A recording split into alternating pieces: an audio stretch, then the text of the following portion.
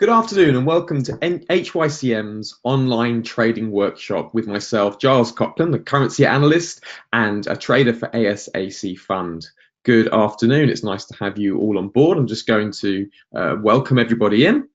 So welcome to Aaron, Daniel, Jason, Ravi, hello again, Van. Good to have you on board, guys. Just waiting for folks to come in. While we're doing that, we'll just go through the disclaimer. This week, as every week, the idea of the workshops is to educate you guys how to make sensible trading decisions yourself, how to identify suitable currencies for trading, and then looking at how to define, limit your risk, and to make sensible decisions that are sort of in control and applied. So that's the whole idea of this workshop. It's to educate and to inform, and it's not a trading signal service. And there's a number of important reasons for that. One of the most important reasons is the market is very dynamic. So what can be a very sensible move at 9 o'clock in the morning could be a very foolish move by 10 o'clock in the same morning. So learning to respond and adapt to those changing market conditions is a key part of education. So what this workshop is designed to do is to try to get you behind the scenes and to see, you know, how do you go about making decisions and how do you make decisions with confidence. So with that being said, can you guys just make sure you can hear me? Could you just type in the question panel and say, yeah, can hear you, and so I know that you guys are hearing me and I'm coming across okay. And let's have a look. Yeah, Daniel, thank you very much. That's super. So it's all coming across. I always like to have reassurance that you can hear me and that I haven't been speaking to myself for the last few minutes. That's good. Okay, well, as folks are coming in, let's get on. So just going to outline the session ahead. The first thing to be aware of is that we have a trading handout for you during this topic. So if you look at your GoToWebinar control panel, you should see on the right hand side there is a handout section. It says handouts 1 of 5, and if you click on the little grey triangle beside the handouts page, what you should see is handouts workshop guide for the 12th of February. If you click on that workshop guide, you should have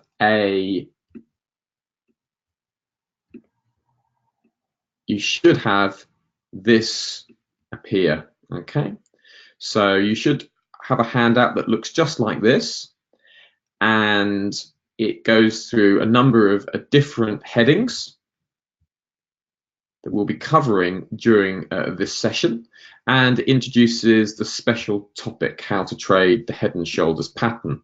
As well as going through the handout, we'll be just addressing a very obvious and key technical pattern that is referred to often. It's the head and shoulders pattern. I'll just be running through that with you so you can learn to spot and identify that, and just be outlining some of the correct situations that you'd be looking to trade that in. The handout you have, and we'll be going through that handout.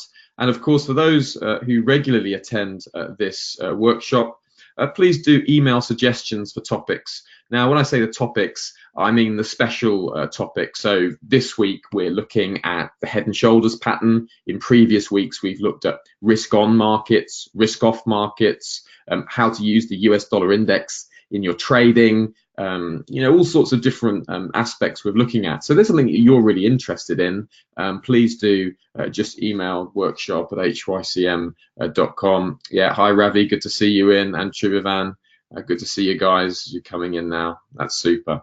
So without further ado, turn to your handout. And I just wanted today just to outline the importance of this handout, because for a number of weeks now, we've just been using this handout, and it's always good to remind yourself, why do we use the things that we use?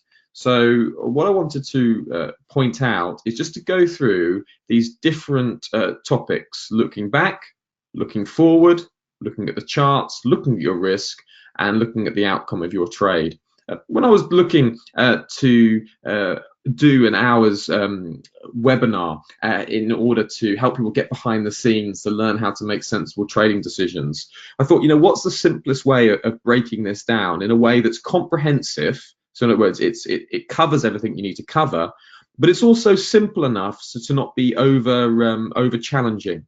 So I chose these 5 items because they can all fit on one side of A4. So the idea with the handout is that you can print that handout out, leave it by the side of your trading desk, and when you go through it, what it should do, it should highlight to you the key aspects you need to cover before you start trading. So I'm just going to go through it again, particularly, it'd be helpful for you guys who've been here for a while. Just repetition just helps cement key foundational truths.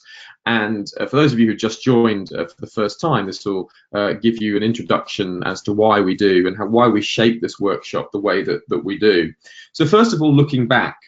Now, when you come to your desk, when I come to my desk, the very first thing I do is not open up my trading terminal.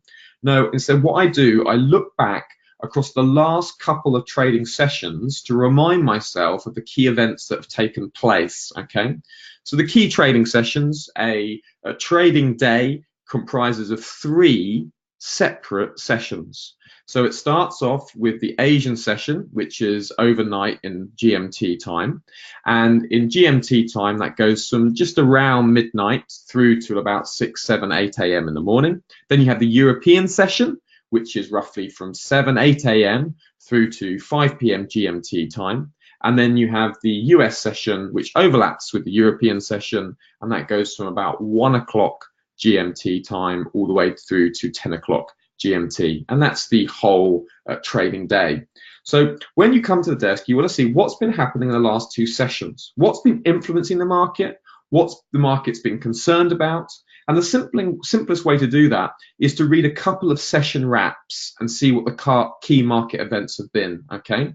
And you can find session trading wraps throughout the internet. You can also use HYCM's resources as well. And you can read up as to what the key market events have been in the last 2 sessions. We'll be doing that, and we'll be going through this handout, together. So we'll be looking at that. And once you've read kind of the key events of the last 2 sessions, you should be able to identify key market sentiment. So you should be able to know, hang on, I really understand what the market is focusing on. Okay, and then you want to summarize that sentiment in a sentence or 2. Now, the idea of this is you just need to be able to say, I can now identify that the market is concerned about X currency because of X or Y event. Okay, so that's what we're trying to do. I want to identify that sentiment. Sentiment is simply the mood of the market. It's not complicated. Sometimes traders get confused and what is sentiment? It's just like the mood of the market, in the same way that your relatives might be in a mood, in exactly the same way the market has a mood, okay? And you want to summarize that. Then when we're looking forward, we want to look for any significant, this is the next section, we want to look for any significant events that are coming up. Now, a common mistake that many beginner traders make is they might identify a currency they want to trade. They might see that the currency is in a favorable position and they enter their orders only to find that there is a really significant market event coming up and they've entered prematurely and they get stopped out because the market suddenly enters a very volatile period. So you must check out coming risk events. So make sure you look forward, and we'll be doing that again in this session, so we don't miss any coming events that might ruin our trades, okay? Then finally, we look at the charts. You see, it's taken us quite a long time to get at the charts, and it's here that we really start to bring everything together. We start to think, well, which are the strong currencies? Which are the weak currencies? We look to pair strong currencies with weak currencies. We then, having decided on a currency pair, we then look at our technical analysis. We start to look, well, where's a sensible place to enter? Is there a moving average that I could enter here with? Is there a pivot point that would be a sensible place to enter? And then at that point, you can place your orders. Am I going to trade a breakout? If I am, how am I going to trade that? Where am I going to put my stop? Okay, so that's when you're looking at the charts.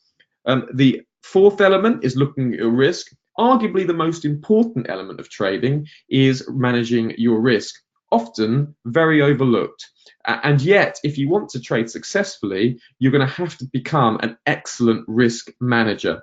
I always recommend traders should trade without any leverage. So in other words, if you're trading with a £10,000 account, then I recommend that you should be trading as a standard position 0.10, so a mini lot.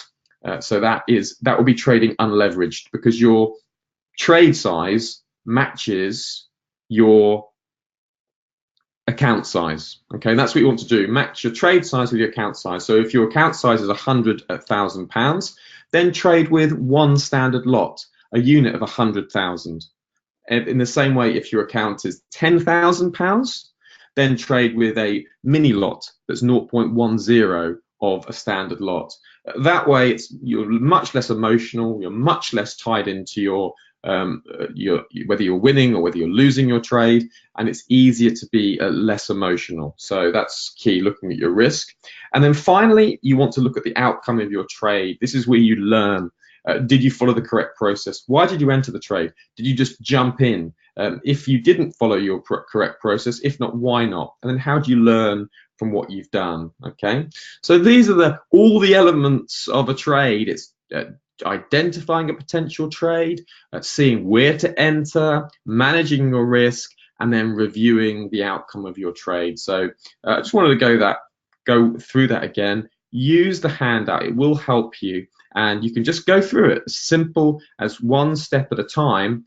And I guarantee you that if you do this every time, you will avoid quite a few simple mistakes that, you know, in your sober moments, as it were, you think, oh, I know not to do that mistake, but yet in the heat or the rush of what you're trying to do, you'll make that mistake. This handout will just provide a checklist. And of course, remember, checklists are actually very important.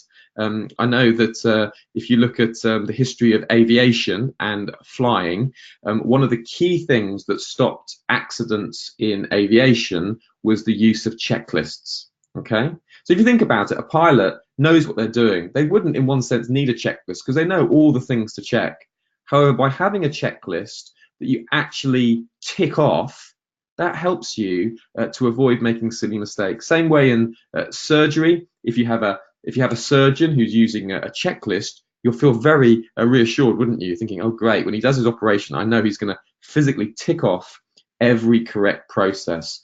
Use it the same way. It will help you significantly. So with all that being said, we're going to jump into our handout. And if you pull the handout open, I will also be asking you questions as we go along. So be prepared for some questions. And we had some excellent work yesterday from some attendees. So I'm looking for the same good standards today. I'm only joking. Don't worry about answering questions or getting them right or wrong. It doesn't matter. It's just nice to have the feedback, and it's nice to be able to thinking, okay, you guys will be able to understand, and your knowledge is growing. I know a few of you, your knowledge has really been growing, and that was confirmed to me yesterday. So looking forward to another session today. And if you're new, don't worry about answering questions. Just type them in. Any questions I ask you, type in the answer. It helps me, it will help you, and it helps it all going on. So the first thing we're going to do, we're going to look back. And if you look at the handout, I want to identify the recent sentiment by reading up on the last two sessions of market activity. So that is exactly what I'm going to do. So looking back into the last session, what we see is that a market that is really delicately poised, and it's poised delicately for a number of reasons. It's poised because the market is really focused on this outcome of the US-China trade war. That is what the market is really concerned about at the moment. Now, the history of the context of this, China has given significant stimulus to its banks. China's introducing policies to cut fees and taxes for Chinese companies this year. all that is in a measure to try to offset the impact of the trade tariffs that the US has put upon China. And those trade tariffs have been weighing on Chinese companies. They've been affecting order supply. They've been affecting new inventories in the US. And the market has been concerned, particularly in December last year, that the slowdown in China's economy and the aggravation between US and China would affect all of the global growth, okay? Because US makes up about 25% of the global GDP. China makes up about 15%. So between the two, nearly half of the entire world's GDP is made up between US and China. Okay, so very significant. But the US-China trade war is now at a very critical point, and the market is just in the last sort of 24 hours beginning to get some optimism about the US-China trade war ending. Now, it's suffice to say, it doesn't necessarily mean it will end, but I'm just saying the market at the moment is in a mood of optimism that it will eventually end. I just wanted to point out, though, that there was a survey done by the Bank of America's Merrill Lynch, and they were surveying global fund managers. And the survey that they've reached as an interesting point is that it's the biggest overweight cash position that fund manager are in other words, that they're not in an active position, they put their money into cash, so it's ready to be allocated to a different investment. It's just around 40, just over 40%, okay? And that's the largest figure since 2009, which is the end of, well, the beginning of the global financial crisis, okay? So there's a lot of money put into cash at the moment, which shows a high degree of uncertainty. And that degree of uncertainty is all to do with the US-China trade war.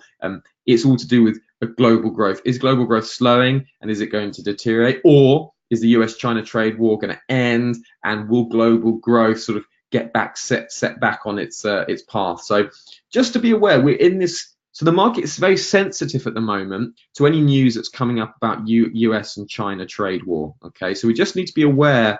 I need to put that context in, and that's the context that we're currently in.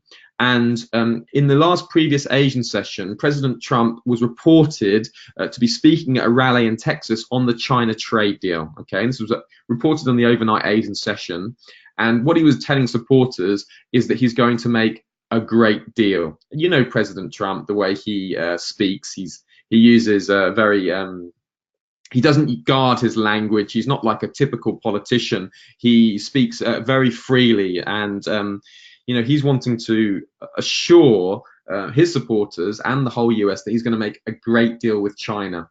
I said yesterday the politics of this. It's that Donald Trump hated it when the Standard & Poor's 500 dropped at the end of December last year, because he defines his success about his presidency, about how the stock market is doing. So with that huge fall in the stock market, that really affected Donald Trump. So he's realized that if he sounds really tough against China, the stock market is going to get hit, because everyone's freaked out that Donald Trump is going to bring a huge war against China, and all the global growth is going to be hit, and you know, doom and gloom is read into those kinds of statements. So President Trump has realized that, and now, if you notice, since December, he's been saying a lot more positive signs. So I can't remember many negative comments. I think maybe one negative comment about China since the new year, and many more comments that have been positive. So again, he made another positive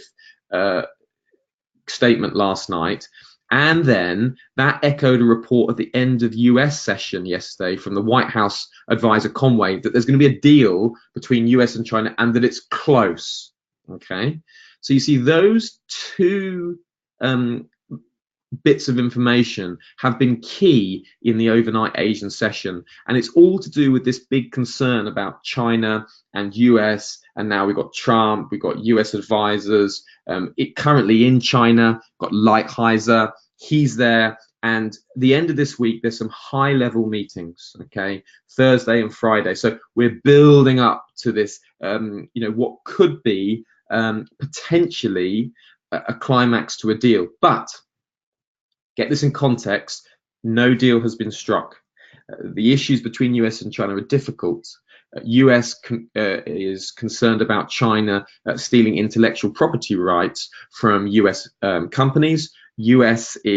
China in turn denies those allegations, and there's behind the scenes there's aggravation between the two. It's not an easy deal to reach. So Trump has to be positive because he doesn't want to freak the market out, and he wants his equities to keep increasing from the US. But at the same time, a deal between US and China is actually quite difficult because of the complexities of the relationships. So we have to read it in that context. But at the moment, in the Asian session, overnight and at the present, the market is optimistic. Okay, so that optimism could change. So we have to be aware. Remember what I said about a trading advice. This is about education, and one of the key things to educate yourself in is that market dynamics change within sessions. Okay, and that was coming out of the Asian session that we currently have now. Also in the Asian session, we had, and I'm going to ask you a question in a minute, guys, to see your understanding. We had some minor data out of Australia. The home loans fell minus 6.1%. So that was a big miss, but the data's been weak for a while out of Australia to do with home loans and individual debt is high in Australia. It's been a concern for the central bank for some time. So these home loans are not a massive surprise.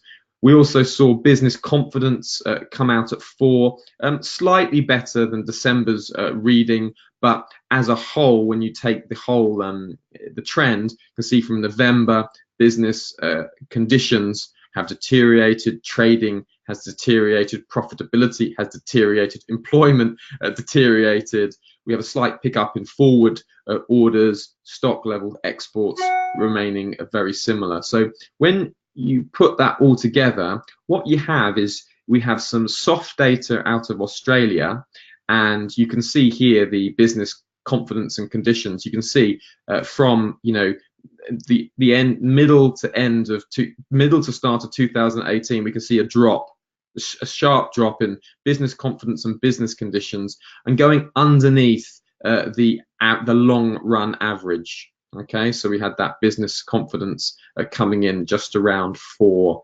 here yesterday, which is the red line there. So that came out for Australia. So we had a little bit of Australia dollar selling, but given that's the Asian session, roughly that's the key wrap for that session. Why was the Australian dollar likely to be bought even though the low tier data was poor? Okay, this was going to test your knowledge. So remember, I'm just going to recap what I've been sharing with you. I've been sharing with you that there was some good news about Trump telling supporters he's going to make a great deal with China. Yeah, that's right, Nadir, well done.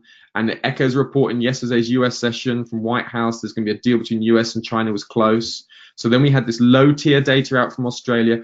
But we knew, if you knew your fundamental analysis, you know that the Australian dollar would likely to be bought, even though the low tier data was poor.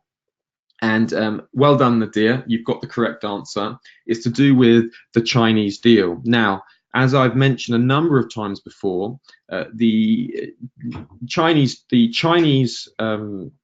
economy has a heavy impact on the Australian economy. Around 30% of Australia's GDP is impacted by its trade with China. So if something is good for China, it's good for the Australian dollar. And many traders will trade the Australian dollar as a proxy for the Chinese economy. So in other words, you suddenly see some good news for the Chinese economy, then traders looking to buy Australian dollar, and you see some bad news for the Chinese economy, then traders are looking to sell the Australian dollar. So some currency traders use it as a proxy for the Chinese economy. So well done, Nadir. You can give yourself a definite gold star for that. That's excellent. And for the rest of you, just to be aware, this is how you formulate an overall picture of what's going on. So leaving the Asian session, we know that the market is optimistic. Okay, optimistic, and that confidence was coming into the market early session. Now we're coming into the London or the European session. And we had the new chief economist for the European Central Bank who was speaking in Hong Kong. A number of you are aware, as we've mentioned it quite a few times here on these workshops and webinars, that the Eurozone is slowing down. Okay, growth is slowing down, purchasing managing indexes have been slowing down, general confidence in the Eurozone is slowing down, Germany's economy is slowing down. So the ECB is taking this is the new chief economist. He says, acknowledge the movement of risks towards the downside, taking a measured approach on incoming data, data-dependent perspective on monetary policy. So in other words, the data has been quite poor, so we could well be looking at further euro weakness going ahead, sort of medium term. And he's saying it's important to recognize ECB policy provides a lot of support and Europe's domestic engine remains pretty strong. So a balanced message, but the key things here is acknowledging the risks to the downside and acknowledging data dependence. The ECB at the moment are set to raise interest rates in this summer. However, the data that's been coming out, many market participants are thinking that's looking increasingly unlikely. So just to be aware of that dynamic. So that was ECB, not a particularly market moving piece of news, but it just all helps to play into the major picture. And interesting to hear from the new chief economist as he's speaking and to get an angle as to where and how he's approaching the Eurozone and its financial situation. In Brexit, another really big deal that's going on. We've got the US-China trade deal and Brexit. And of course, Brexit is big news for the pound and it's big news for the euro. Both of those currencies are affected because Britain will affect, and what happens with Brexit will affect both the euro and the British pound. Theresa May's playing for more time in Brexit negotiations. She was out today telling the UK cabinet that the discussions with the EU will need more time to bring forward a meaningful vote. So in other words, this vote won't happen this week. So there's not going to be any meaningful vote this week. So you can scrap that off your calendar. And Theresa May is looking at bringing a vote back to Parliament. I think around the 26th of February is the next date that I've got in the back of my mind is when she's coming along. You have to double check that, but I think it's 26th of Feb when she will be speaking. She really wants a strong vote across Parliament. It was quite interesting what happened in the EU. She went around at the end of last week trying to get support for the Eurozone Brexit negotiation in the UK Parliament. She couldn't get it, and Donald Tusk in the end said to her, why don't you go and have some negotiations with your Labour counterpart, Jeremy Corbyn. So Theresa May is in a tricky situation, but this is telling me that she's playing for more time. So in other words, she's going to keep delaying as long as she possibly can and wants the UK Parliament to do that. So why does she want to delay? Because it's only as the clock ticks down that motivates people sometimes to make a deal. And it's that kind of psychological attempt. It's saying, if I just limit the amount of time that you and I have, it's going to make us more urgent to get a deal done. So it's a bit like the old game of chicken.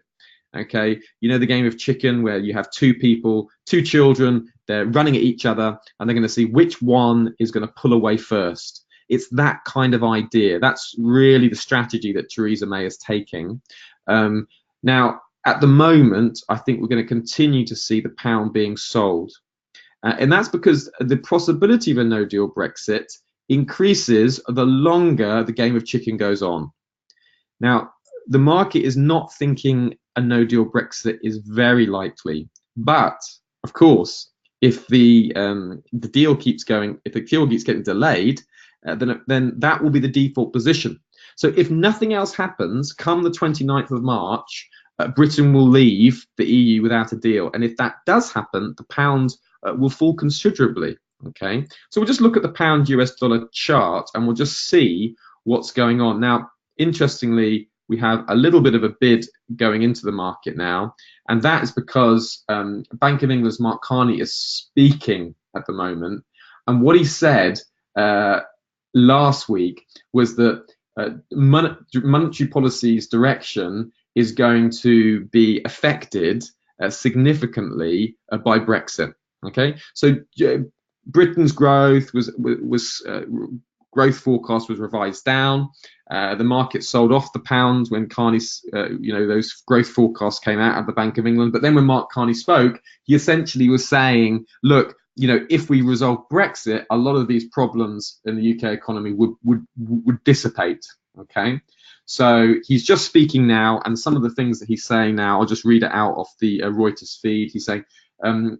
He says there'll be deep concern if UK and EU can't agree on Brexit. Nothing new there, of course it is. He says he's having currency adjustments because fundamental earnings prospects have been marked down. It's not a step towards prosperity. He's saying the direction of monetary policy is not clear in the event of a hard Brexit. So he's saying if there is a hard Brexit, he's not sure how that's going to affect monetary policy. He says we don't want to put people on notice that this will be a different situation to previous hits to economy. And we know we do want to put people on notice that this will be a different situation to previous hits into our economy. So in other words, he's saying that if a deal doesn't get done, then that's going to be a unique situation and there could be a big hit to incomes from a hard Brexit. So Mark Carney is sending out a warning signal, isn't he? He's saying, look, if we don't get a deal done, this is going to be a very bad situation. Now, I'm not surprised to see the market rallying a little bit on that. And that's partly because there's less and less likelihood of a no deal Brexit coming into play, and so the more gloom and doom he is about a no deal Brexit, and in a sense, the more optimistic the market is because the market's saying, well, that's not really a possibility. But that's the situation that's going on at the moment. Very, very volatile. In looking at defining and limiting risk here, trading the pound for a medium-term trade.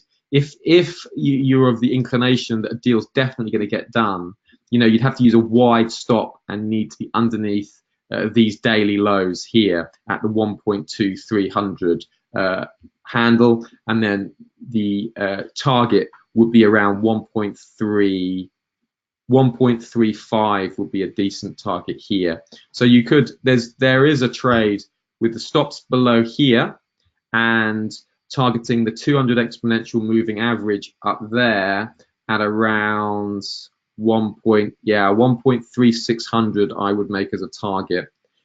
So there is a trade there that is, that's more than one time your risk. That's not a bad situation given the fact that a hard deal, a no deal Brexit looks unlikely. I'm not trading that, but I'm just saying that would be a legitimate trade for some people to make. But one thing to watch out for this is that if Jeremy Corbyn does make a deal with Theresa May, then that's going to be a soft Brexit. And if there is cross-party alliance between Labour and Conservative Party, then you're going to see the pound rally 1.35 and then testing up these highs 1.40 almost certainly. So that's just to be aware if that news suddenly comes out. And out of interest, it was in 1973 that Great Britain entered the European Union, or the EEC as it was called then, and it was a cross-party alliance that got that in through the then Prime Minister at the time, Edward Heath. So it'd be interesting, will Britain need a cross-party alliance to leave the European Union? It could well be the case, but just to be aware of that scenario with Brexit. And it's always in the headlines, so if you're trading the pound, you need to know what's going on regarding Brexit. But at the moment, it's a selling the rallies situation at the moment with the pound. You can see pound's been selling off, and then I'll be looking for some support here. We've got some support with Carney speaking at the moment. We'll have to see whether that maintains. We also had the end of the Asian session, open of the London. Japan's Nikkei closed up 2.61%. Anytime an equity market closes up 1% or more, it's noteworthy. That 2.61%, was reflecting the overnight optimism on the US-China trade deal. We had oil. Sorry, ignore that. Ignore those two slides. That's from last week. Apologies there. I thought I got rid of those. Okay, London session. Again, we had optimism entering into the stock market. So here you can see, look, we had the Shanghai index up 0.68%. Hang Seng was just a little bit up. We had the Nikkei up 2.61%. This is just the futures. We have the UK FTSE 100 up 0.35. The Euro Stoxx up a full percent. French CAC 40 up a full percent. German DAX up a full percent. Italian FTSE up a full percent as well. So that optimism and let's have a look at the S&P 500 futures. The S&P 500 futures are up 0.68% just before the S&P 500 opens, and really, really good optimism, and it's on that deal. So here we go. Now some questions for you guys. You've been listening patiently. So given the market is really optimistic, what would you expect oil to be doing if the market is optimistic about a China deal? Would you expect oil to be bought or to be sold? What would you expect?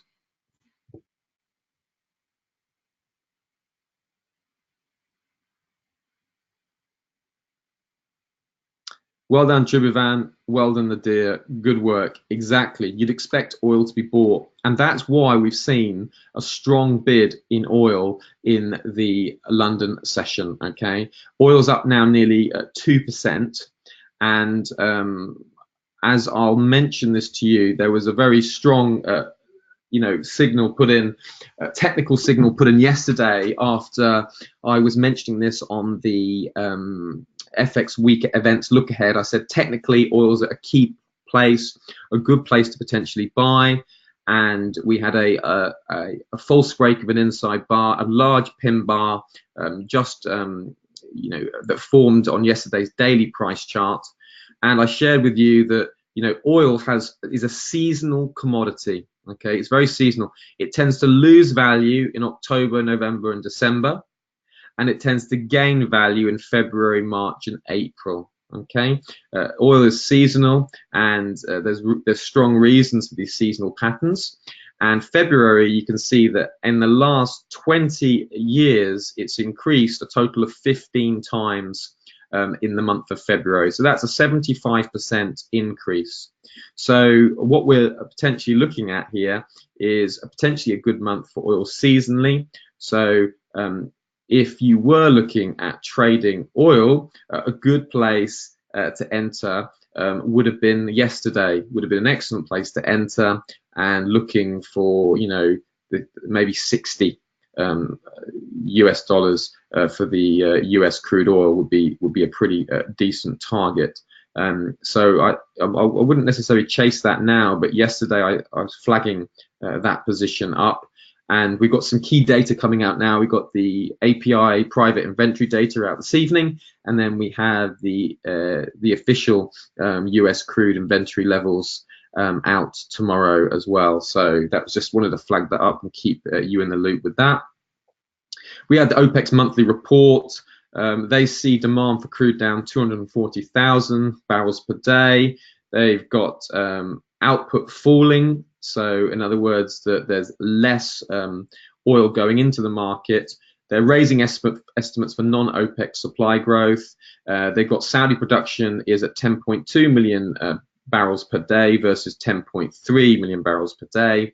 So that is a slight drop in production. But of course, the problem that the problem OPEC have got is that the less oil they produce, the higher the market goes, and then as the US crude market increases its value, then it becomes more attractive for shale producers to up their production. So it's quite difficult. So in other words, the better OPEC do, the harder it gets for them. So that does, longer term point to continued supply in the oil market. So that's just the other side of that seasonal coin, is that fundamentally, eventually the shale producers are going to come back on once crude gets valuable enough for the shale producers to really make it worth their while. So just got to be aware of that. But that's more sort of medium term. For the short term, we've got the API inventory out this evening, and more inventory levels out tomorrow. So that's something to check. So looking forward, we need to see what is coming forward. Coming forward, we have some key events. We've obviously got Theresa May was speaking just before I came on to the workshop here. We had Carney, who was speaking while I was delivering the workshop. He's still speaking now. Some of the things he's saying it's a big assumption that there will be a Brexit deal. That's quite a bearish thing for the pound. He's saying that the Bank of England says that on assumption there is a Brexit deal, he assumes that investment picks up and economy grows more strongly towards the end of the year. So let's just see how the pound's reacting to some of these things he's saying. Yeah, so that bid is staying on in the pound as we speak, and staying above the 100 and approaching the 200 exponential moving average. He's saying that China might stabilize economic growth slightly below 6%. So he's making some positive noises about China. He says China will not bail out the world economy this time. And he says latest data underscores the importance of Brexit transition, and the latest GDP numbers are broadly consistent with the Bank of England outlook. Okay, so he's making some quite positive comments there. And remember last time, what he's essentially was saying was that once that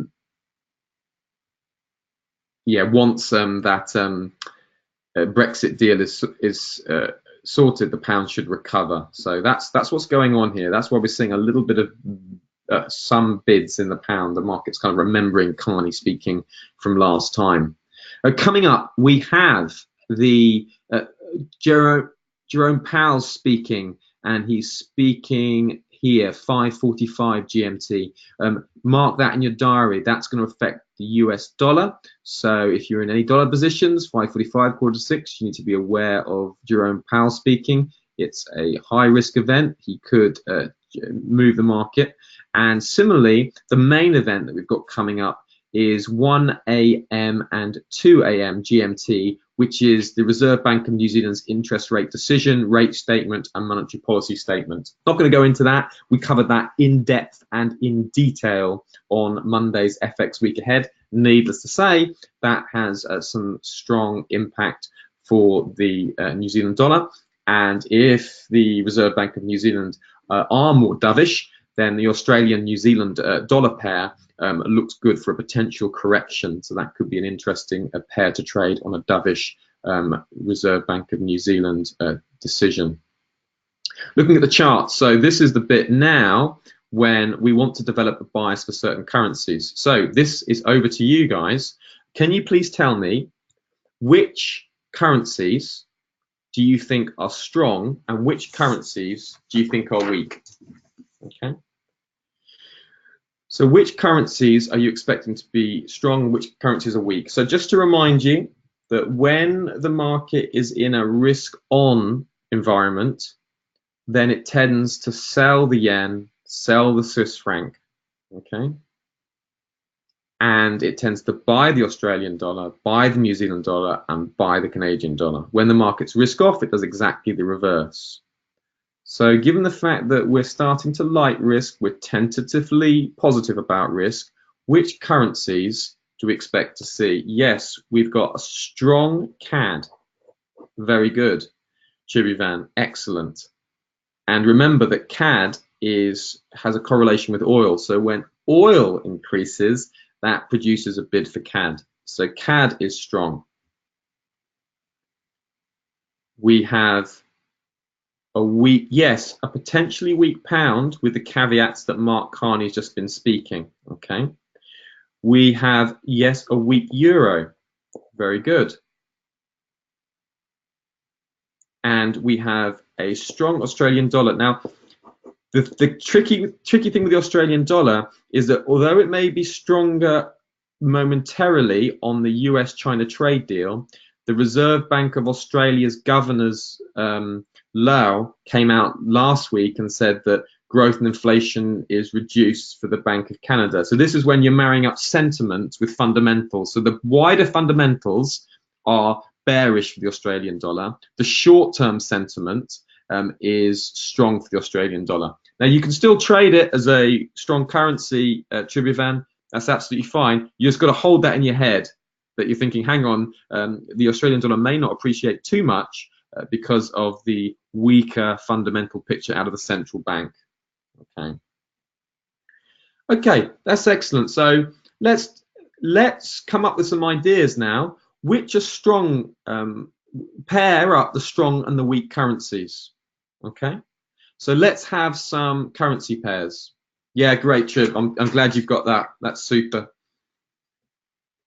So let's have some currency pairs and we'll look at them. We'll look at a currency pair together. So remember, we want to pair up the strong with the weak. So if you've got a strong currency, that's the one we want to buy. And we want to buy it against a weak currency. And a weak currency that we would have had is the Japanese yen. Because you remember, the market is on a risk-on environment, so the yen tends to get sold. So another key weak currency is the yen, and that's why we've seen, I'll just go to the charts, we've seen dollar yen appreciating on the increase in equities. We've had the increase on optimism about the US-China trade deal. So the US dollar Japanese yen pair has been bid. You can see that bid moving into that key overhead resistance here. So that's another interesting currency pair. You can see that's that strong bid that's come into the market over through the night and is now retracing a little bit now. Okay, so let's see what currency pairs we have. Okay, Euro CAD. Okay, so a Euro CAD, Ravi. Do you think it would be a Euro CAD buy or sell? We'd be looking to buy or sell the Euro CAD. That's it. Well done. It's a Euro CAD sell. Okay, so now we've got our pair. We've got some negative sentiment for the euro, and we have some positive sentiment for the CAD, particularly the price of oil and US-China optimism that will add more boost to commodities. So let's now look at the Euro CAD chart. So we'll go here and we'll just pull up the chart.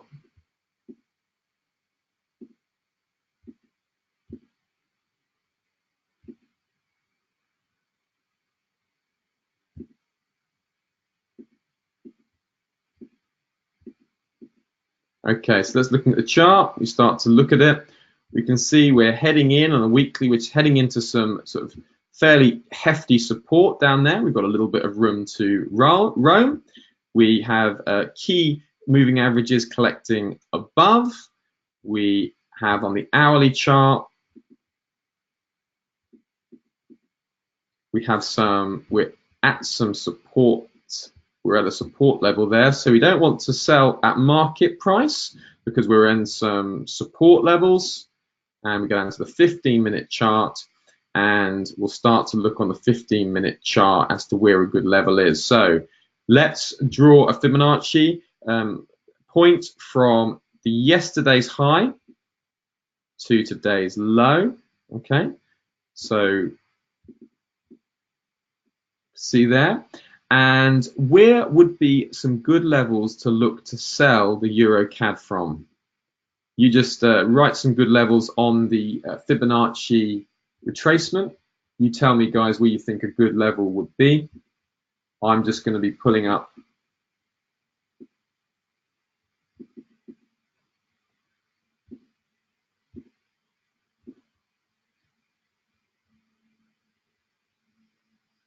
Yeah, US dollar CAD sell could be good as well.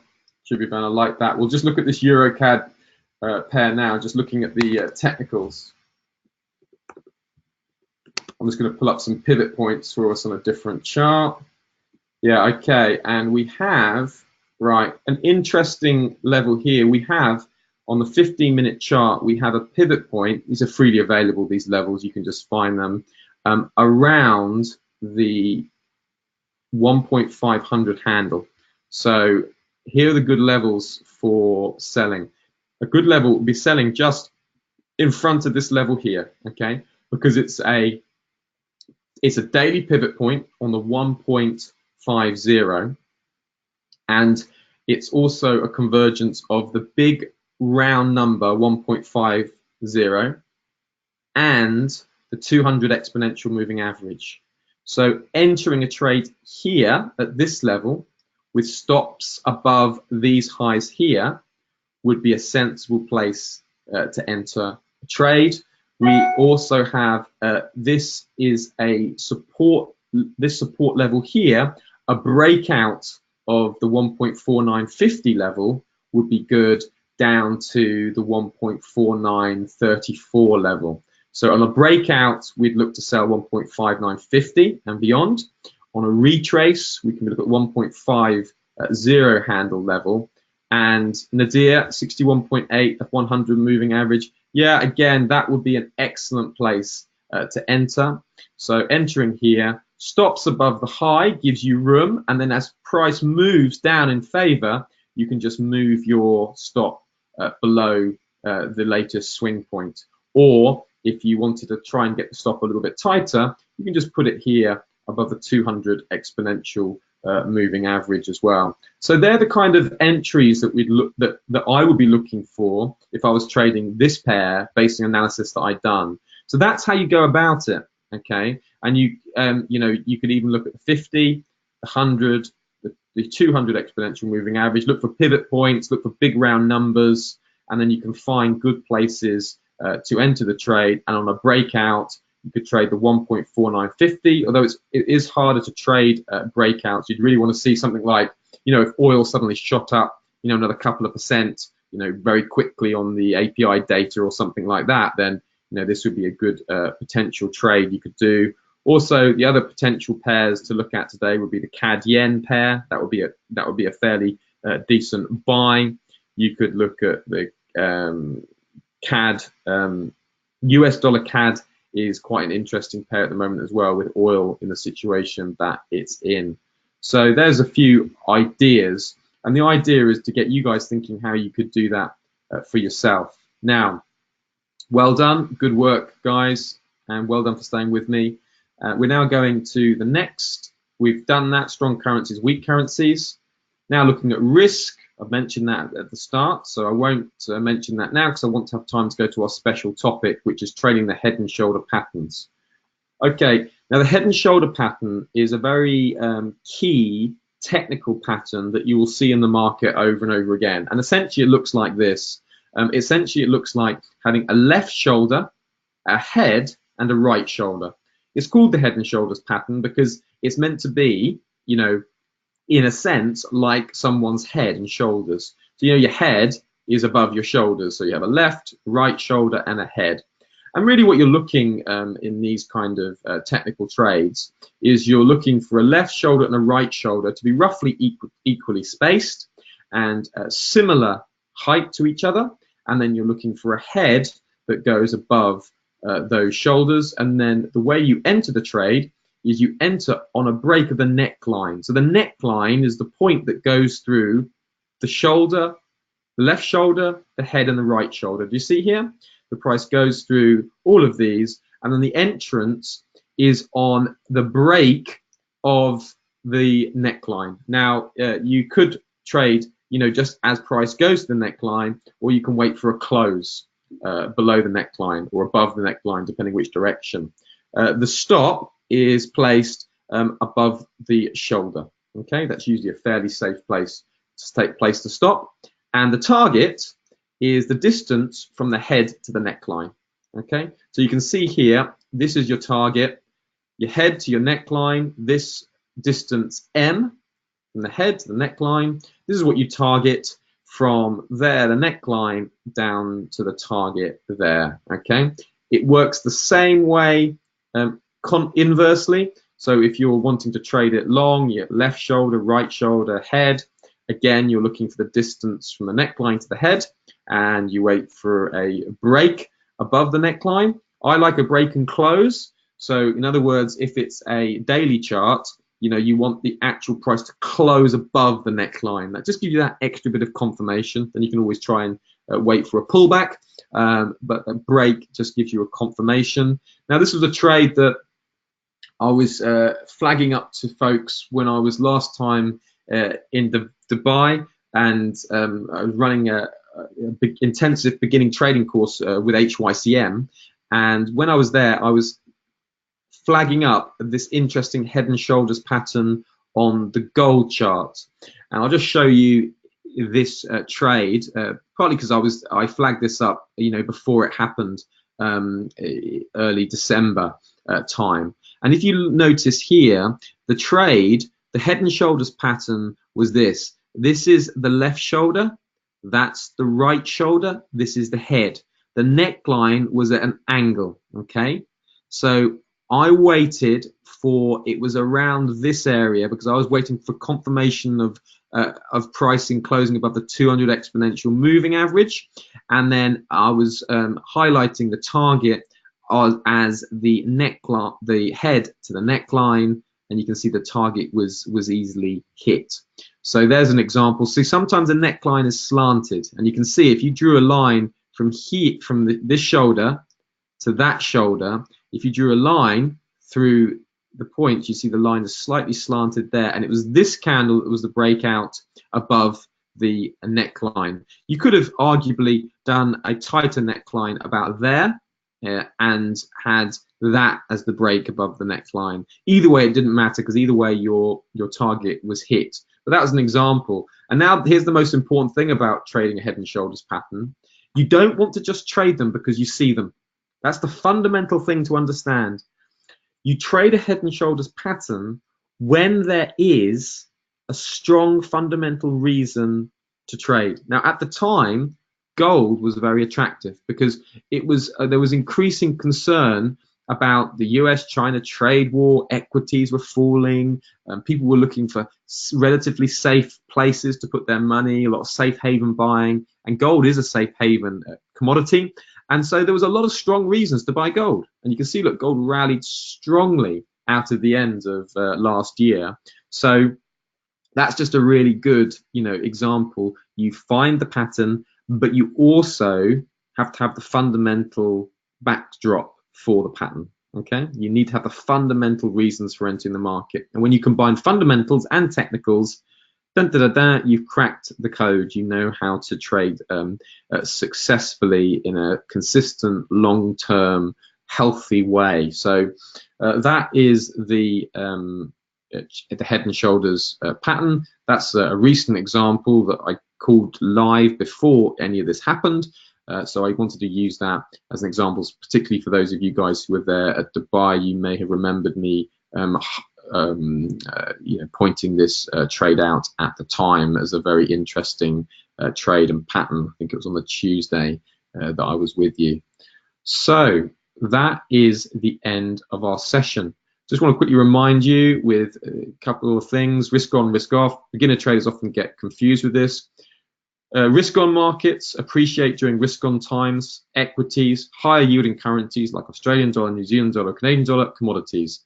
Those three tend to appreciate during risk on times, and conversely, risk off markets that depreciate.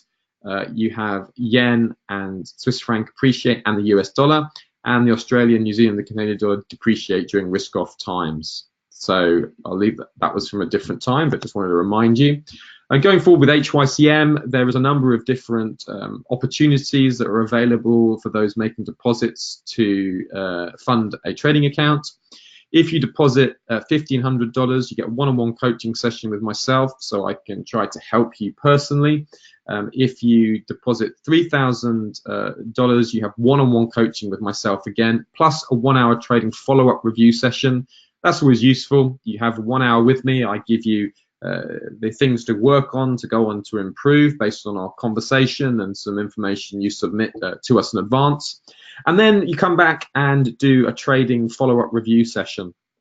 I also help to resolve any personal trading queries that you might have. If there's something specific you're struggling with, that's a good time to talk about it.